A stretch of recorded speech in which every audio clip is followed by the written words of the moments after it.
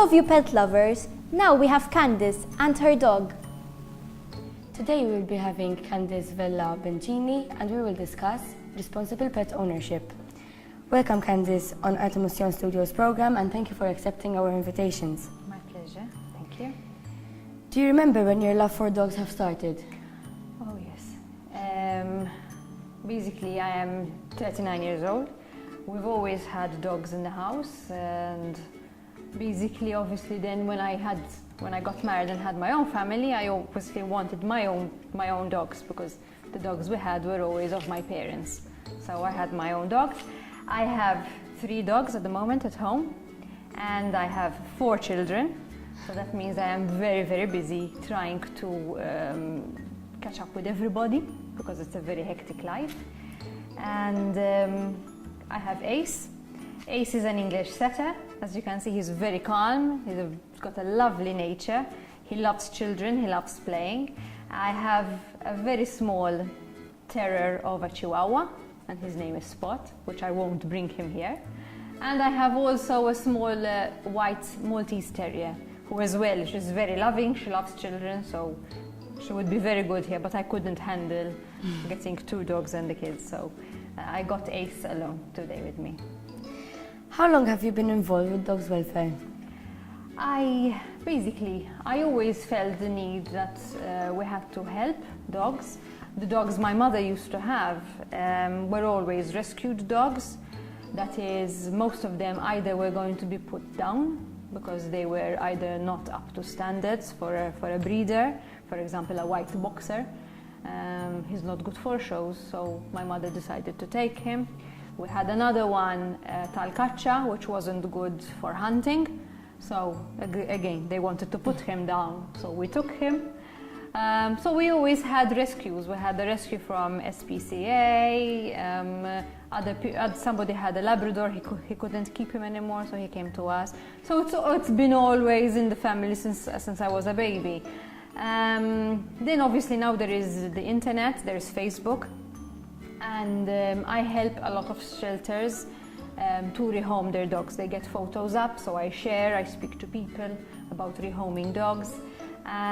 Because unfortunately there are a lot of unwanted pets.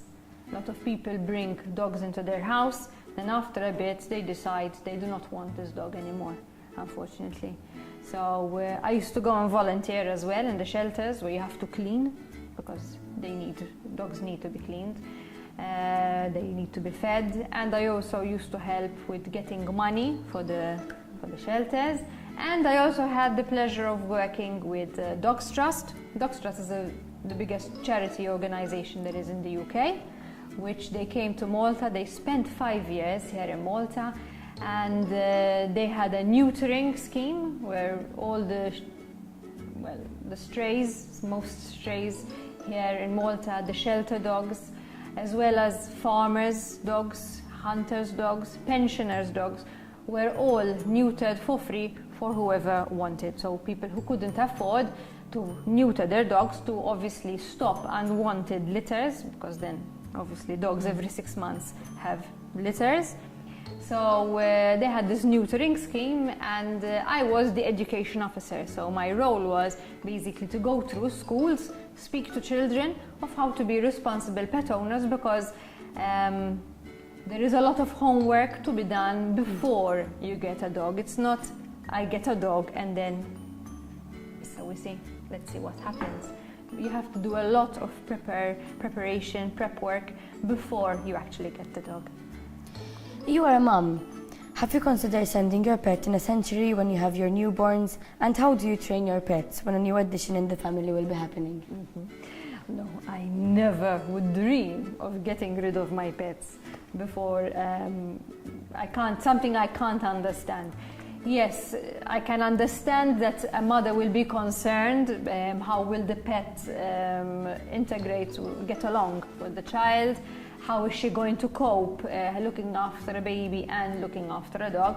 But once the dog is settled within the home, really, there is not much you have to do extra. You will look after the baby, definitely. And the dog, all he needs is what you've always done. Maybe you might need some help at the beginning with taking the dog out for a walk, but other than that, there is no extra work with regards to the dogs. What I did in preparation, but for my baby, because I have an 11-month-old, is I went on YouTube. I started downloading a lot of sounds of babies crying and noises, and I got the pushchair out so the dogs could start hearing a baby crying. And in fact, the first time they heard the baby crying, they were like barking and running around to see from where this noise was coming, and they were smelling the pushchair and everything. And basically then when the baby came, Ace, come here, it's a new environment. Well, when the baby came, really, again, I let them smell the baby, and they never did anything. Actually, Ace is a very good babysitter because Zach plays with him a lot. He loves him. So basically, it's perfect.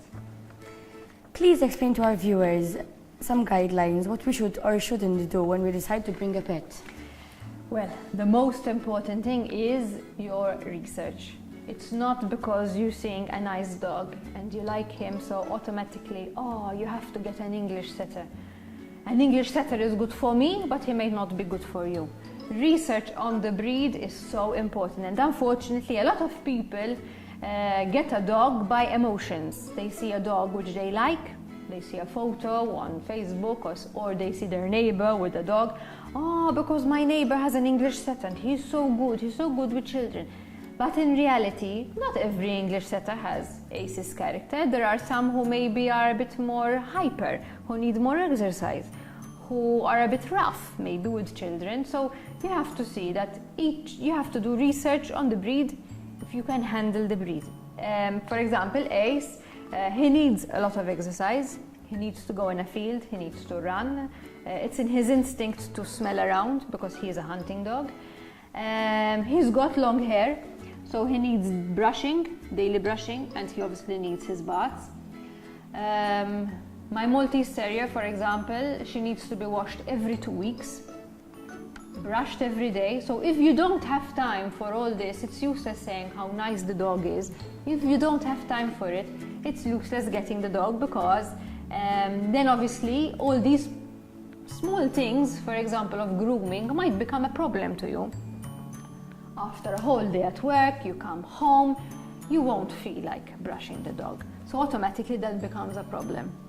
And then the dog becomes all matted, and then you have to stay going to the groomer, and then it's an extra expense maybe for you, which you wouldn't feel like, or you cannot afford.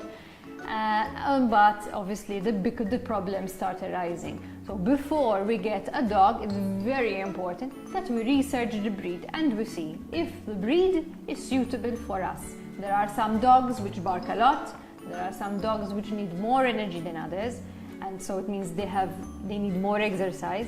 And there are dogs who have longer hair, so they need more grooming. So do your research first, because unfortunately a lot of the homing happens because lack of research. Thank you very much, Candice, for being on our program. Thank you very much for having us. It was our pleasure. Thank you.